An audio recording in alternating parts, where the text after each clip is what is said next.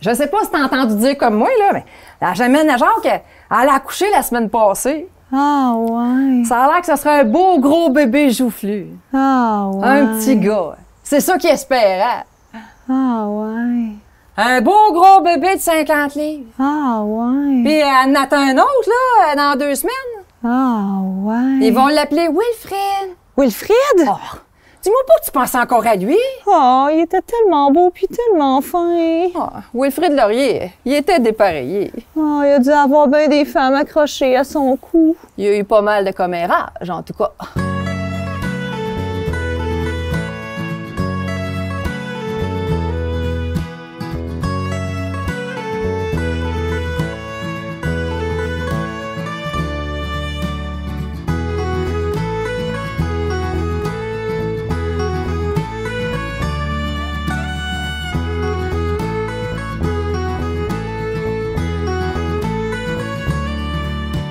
Wilfrid Laurier, on le sait, a connu une glorieuse carrière politique.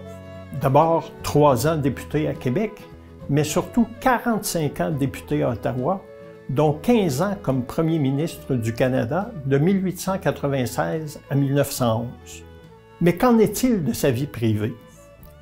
On sait que pendant 50 ans, il a été marié avec Zoé Lafontaine, une femme qu'il avait connue et fréquentée alors qu'il était jeune avocat à Montréal. Mais on sait aussi que pendant 20 ans, il a entretenu une relation absolument passionnée avec une femme mariée bien en vue au village d'Arthabascaville, Émilie Barthes. Les deux ont toujours soutenu qu'il s'agissait d'un amour propre, sans rapport charnel. Bref, d'un amour platonique. Mais ça n'a jamais empêché les ragots de courir, surtout à partir de 1880, quand Émilie va donner naissance à un fils, Armand, qui va porter le nom d'Armand Lavergne, dont tout le monde disait qu'il présentait une ressemblance troublante avec Wilfrid Laurier. Cette histoire d'amour se déroule donc principalement dans les années 1880. C'est une période pendant laquelle Wilfrid Laurier, qui est député à Ottawa, évolue dans un univers social et politique qui est soumis à une morale très stricte. Le clergé est là qui veille. Et on parle ici d'un clergé tout-puissant, d'un clergé ultramontain ou, si vous préférez, d'un clergé ultra-conservateur. C'est une époque où il convient de dissimuler les liaisons coupables, d'éviter le scandale, d'éviter l'opprobre populaire. C'est une époque aussi où le divorce, il n'y en est juste pas question. En fait, pour un homme, c'est très difficile à obtenir. Il doit faire la preuve que sa femme a commis l'adultère. Mais pour la femme, c'est presque impossible à obtenir. Elle doit d'abord prouver que son mari a commis l'adultère, mais elle doit en plus prouver qu'il a entretenu sa concubine sous le toit conjugal. C'est donc dans ce contexte qu'évolue cette histoire d'amour. Mais il faut garder bien en tête que les deux sont mariés. Wilfrid à Zoé Lafontaine et Émilie à Joseph Lavergne. Wilfrid Laurier, quand il est arrivé à Tabascaville, il était pas si riche que ça. Ben, il était quand même avocat, puis il était bien de sa personne. Bon, finalement, c'était quand même un bon parti. Mais paraîtrait qu'il est un peu délicat. Ouais, c'est vrai qu'il y avait une faïence au poumon. Ben, c'est pour ça qu'il est venu des Bois-Francs. Ah, c'est bien connu que le grand air des Bois-Francs, c'est dépareillé. Faut croire que ça l'a mis sur le piton. Il a fini par se marier. Il commence à être temps. Il avait 27 ans. Parlons d'abord de Zoé Lafontaine, la fidèle épouse. Nous sommes en 1861, l'année des 20 ans de Wilfrid Laurier. Il vit à Montréal où il poursuit des études en droit à l'université McGill. Comme il n'y a pas beaucoup d'argent en poche, il loge comme pensionnaire chez le docteur Séraphin Gauthier. C'est là, chez le docteur Gauthier, qu'il va faire la connaissance de Zoé Lafontaine, une jeune femme d'un niveau social plutôt modeste, qui, pour soutenir financièrement sa famille, donne des leçons de piano aux enfants du docteur Gauthier. Zoé Lafontaine est née en 1841 à Montréal. Son père s'appelait Godefroy-Napoléon Lafontaine. Il était huissier. Sa mère s'appelait Zoé Tessier. Elle a fait ses études à l'école du Bon Pasteur, où on a découvert son talent pour la musique.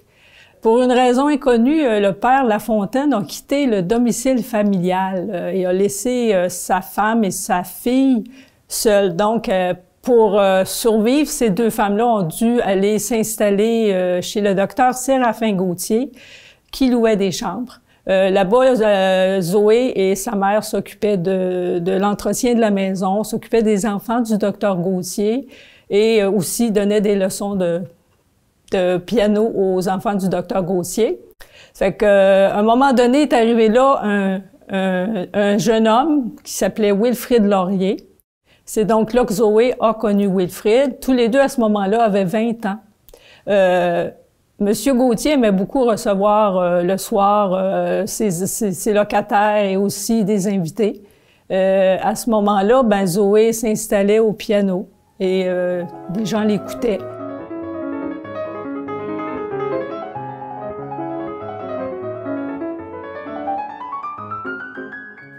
Zoé et Wilfrid sont tous les deux d'une nature plutôt réservée. Entre les deux, on parle d'un lien sympathique, d'une sympathie là, qui s'installe assez naturellement. On les voit passer leur veillée autour du piano sur lequel joue Zoé. Et lentement, on voit se construire une relation de plus en plus affective. Mais Wilfrid affiche là-dedans une certaine réserve. En fait, c'est qu'il sait sa santé très fragile. Il est régulièrement atteint de toux persistantes qui vont le clouer au lit pendant plusieurs jours. Souvent, ses mouchoirs sont imbibés de sang.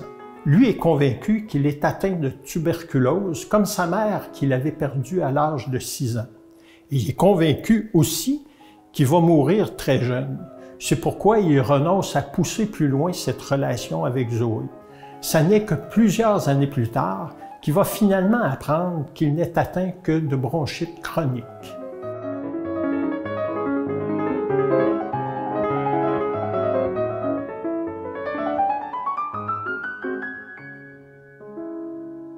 Nous sommes en 1864. Laurier vient enfin d'être reçu comme avocat.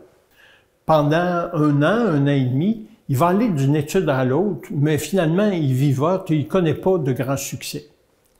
À l'automne 1866, sur les conseils de ses proches, il va quitter Montréal pour aller chercher l'air pur de la campagne. On le retrouve d'abord au village de l'Avenir, près de Drummondville, ensuite au village de Victoriaville et finalement au village d'Arthabascaville.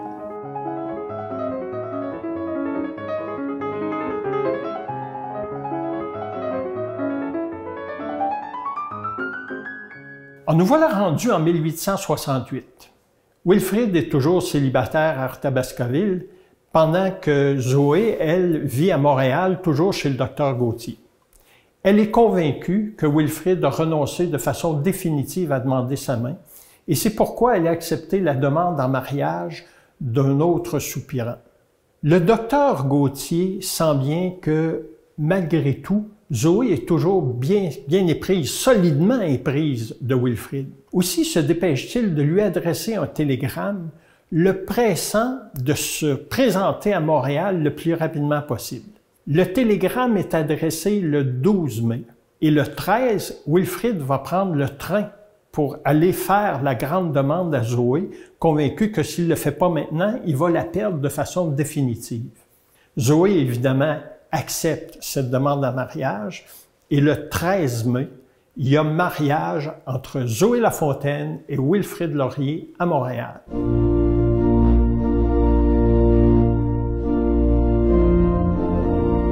Fidèle épouse, Zoé va suivre son mari Wilfrid et venir s'établir au village d'Arthabascaville.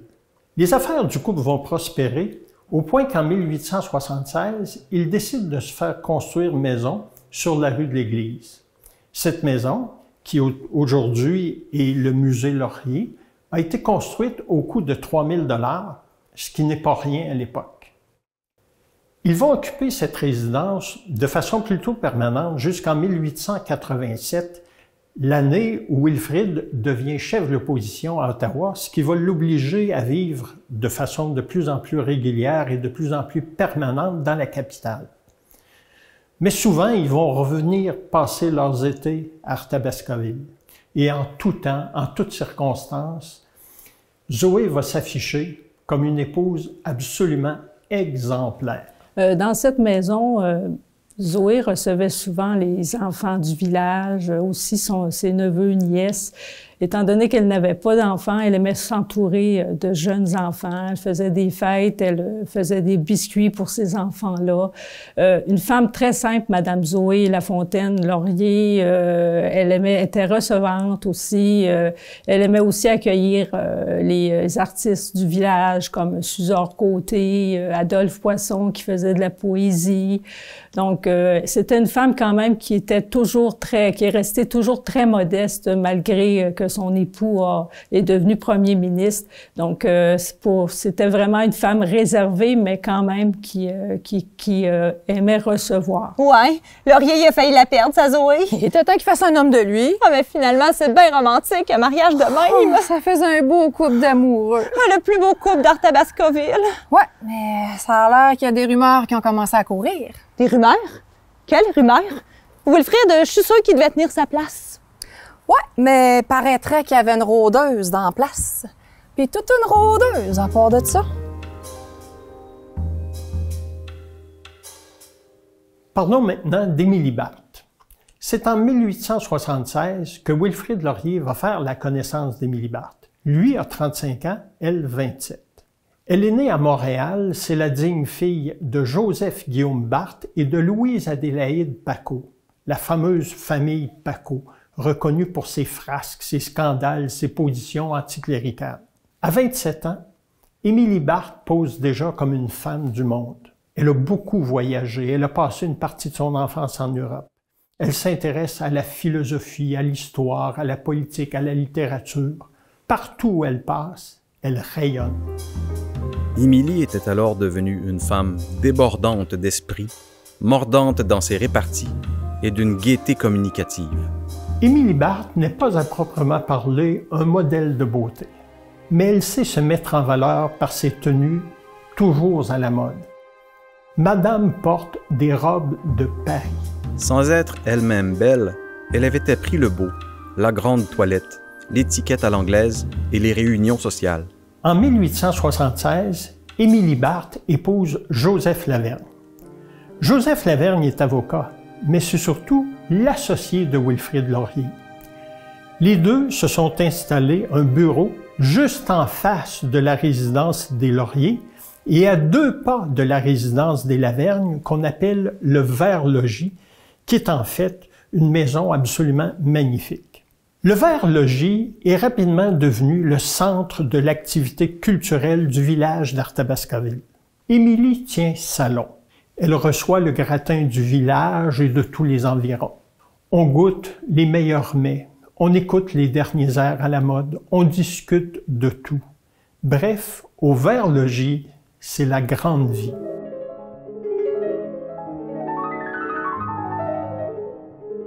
C'est dans ce contexte de grandes soirées au Vert-Logis que Wilfrid Laurier va commencer à tisser une relation avec Émilie, l'épouse de son associé. Il faut dire que Laurier s'affiche avec distinction. Il en a fait beaucoup de chemin depuis son enfance à Saint-Lin et son passage à Montréal. C'est un homme qui sait parler aux foules. C'est un homme qui trouve toujours le bon argument pour convaincre. On aime l'entendre. On dit de lui qu'il a une langue d'argent. Il plaît aux femmes. Grand, puisqu'il dépassait les 6 pieds, mince, il soignait jalousement sa chevelure châtaine et frisée, qui tentait vainement d'empiéter sur un front déjà large. Il affichait une beauté réelle, une tête de penseur et d'artiste, empreinte d'une certaine noblesse. Émilie va ressentir une vive attirance pour Wilfrid, mais elle trouve qu'il manque d'un certain raffinement. En même temps, elle éprouve un certain mépris pour l'épouse Zoé Lafontaine. Elle considère que cette femme n'aura jamais la capacité de faire de Wilfrid un homme du monde. Elle va s'en ouvrir à son neveu, Renaud Lavergne. Quand je rencontrai M. Laurier, je m'aperçus bien vite que ce jeune député d'avenir n'était encore sous certains rapports que le pauvre petit cornichon de Saint-Lin, que sa jeune femme n'était pas la personne qui lui en imposait assez, pour lui apprendre même les éléments de l'étiquette nécessaire à un homme du monde. Émilie Barthes s'est donné comme mission de faire l'éducation de Wilfrid Laurier, de le dégrossir. Elle veut lui apprendre les rudiments de l'étiquette, de la bonne tenue. Wilfrid apprécie ses attentions. Il ne savait même pas manger une simple orange comme il se doit. Je lui enseignai donc à manger, à s'habiller avec goût, enfin tout ce qu'un gentleman doit savoir. Comme c'était un homme d'esprit, il le comprit. Rapidement, le lien entre Émilie et Wilfrid se resserre, s'intensifie. Manifestement, elle occupe une place prépondérante dans ses pensées. Entre les deux, on ne parle plus d'amitié, mais vraiment de passion. Cette attirance se transforma en amour pour devenir la liaison la plus célèbre de l'histoire politique canadienne. Cette femme subjugua Laurier à un tel point qu'elle fut pour lui, à certains moments, la confidente, l'intermédiaire et l'éminence grise, et ce, au vu et au su des deux conjoints, Zoé et Joseph. Wilfrid Laurier, dès le premier regard, est subjugué par Émilie Lavergne.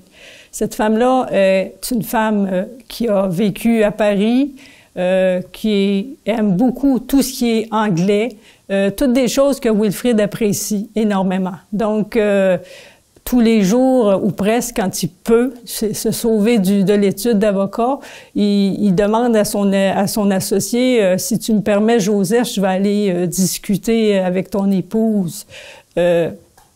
Puis Joseph Lavergne, à ce moment-là, pas de problème, tu peux y aller.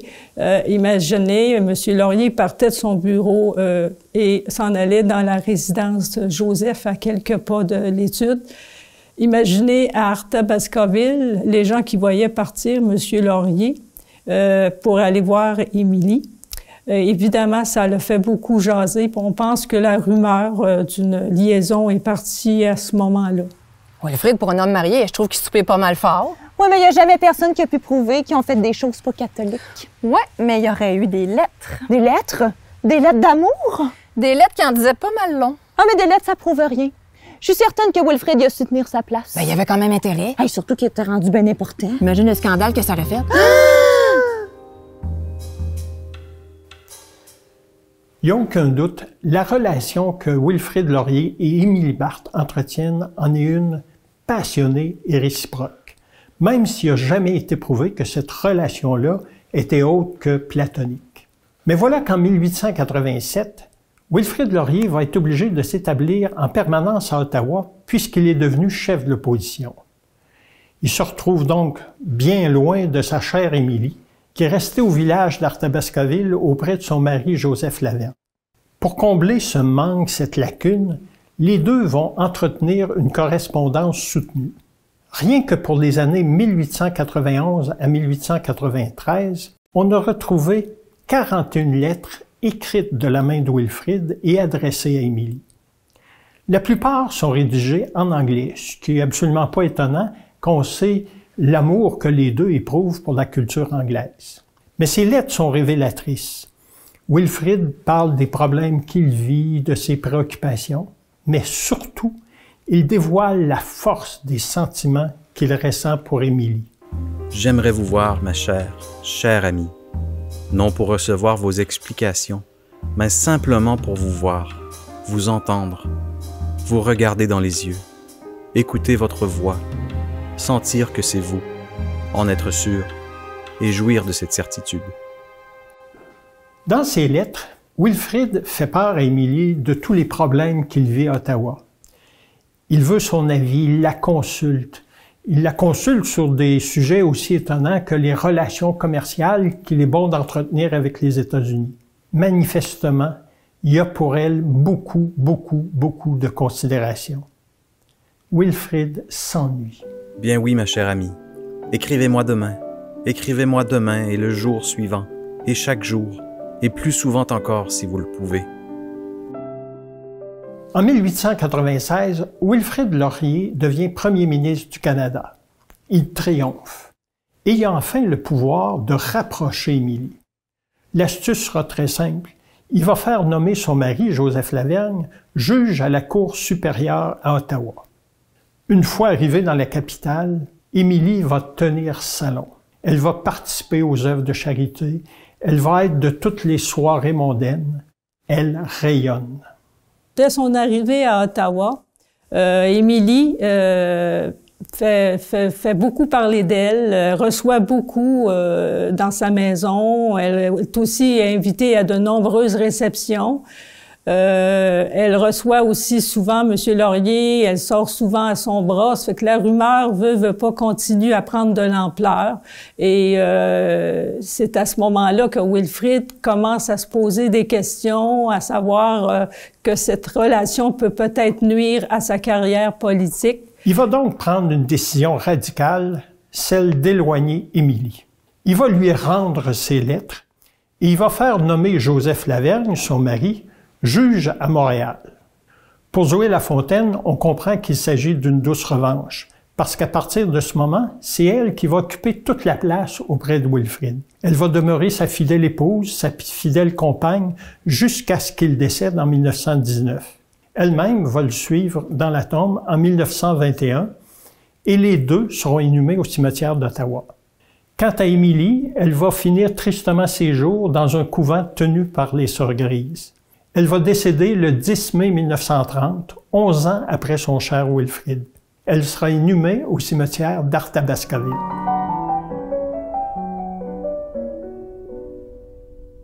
Finalement, les Boisfrancs, on peut dire que ça a toute une histoire. Je te pense. Dis que ça a commencé avec les Abénaquis. C'est pas rien. Et puis après les Abénaquis, les premiers colons. Hey, eux autres, on peut dire qu'ils en ont mangé de la vache enragée. La vache enragée, tu dis? Hein? Il y en avait même pas.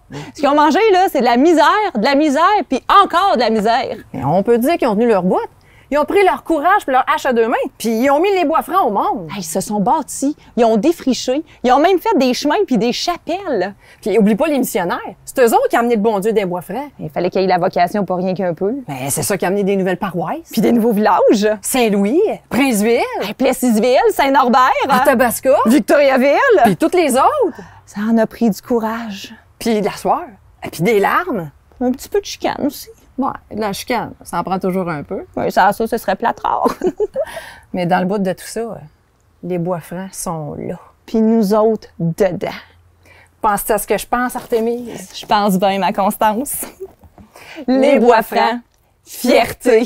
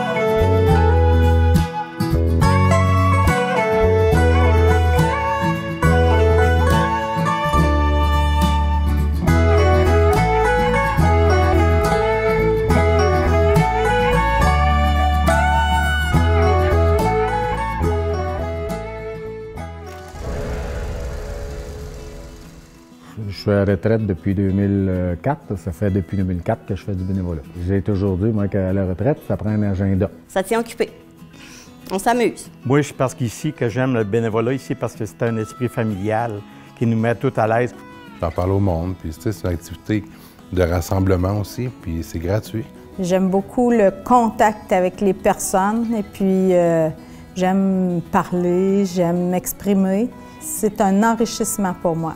Puis les gens pour qui tu travailles aussi, eux autres, ça leur permet aussi d'oublier et de vivre un moment présent extraordinaire pour eux. Et en même temps, c'est une façon de redonner à la communauté. D'aller faire du bénévolat à la TV communautaire, c'est vraiment une belle place pour apprendre.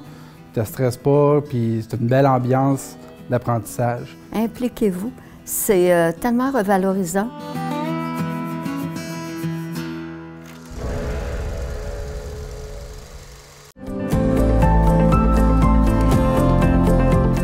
On est dans un monde d'images, de paraître, alors que c'est le contenu qui compte. Puis le contenu, bien, il est produit par qui?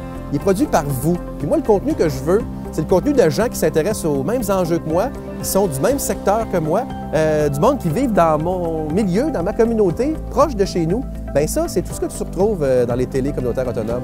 C'est pour ça qu'il faut que tu regardes ces télés-là. De toute façon, je sais que tu le regardes en ce moment, et puis je te donne du bon contenu. Hein? Donc, c'est déjà un pas dans la bonne direction. Je suis fier de toi.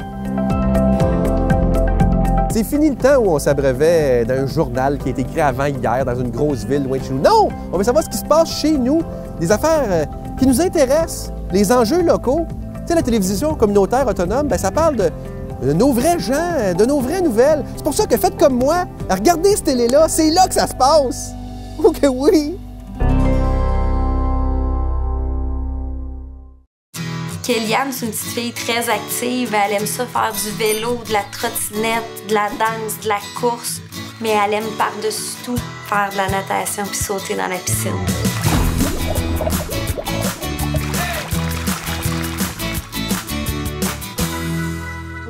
À l'échographie de 14 semaines, j'ai appris que Kéliane, elle aurait une main amputée. Puis, au moment d'une autre échographie à 21 semaines, j'ai su que finalement, il y avait sa jambe qui était partiellement amputée aussi à gauche. Quand on vit en région, on voit pas beaucoup de gens qui ont des amputations. On sait pas trop qu'est-ce qui existe, qu'est-ce qu'on peut faire, qu'est-ce qu'on peut pas faire. Fait que ça s'est comme fait naturellement après l'acceptation de l'annonce. L'Association des amputés de guerre s'est embarquée tout de suite avec le contact avec les autres familles, de voir qu'on n'était pas toutes seules au monde. J'aime aller au séminaire parce que je retrouve mes amis qui sont amputés comme moi. L'Association des amputés de guerre est là pour nous soutenir comme parents, est là pour soutenir nos enfants. Ça nous permet d'avoir une deuxième famille où on peut se retrouver des gens qui vivent la même situation que nous. C'est un cadeau inestimable.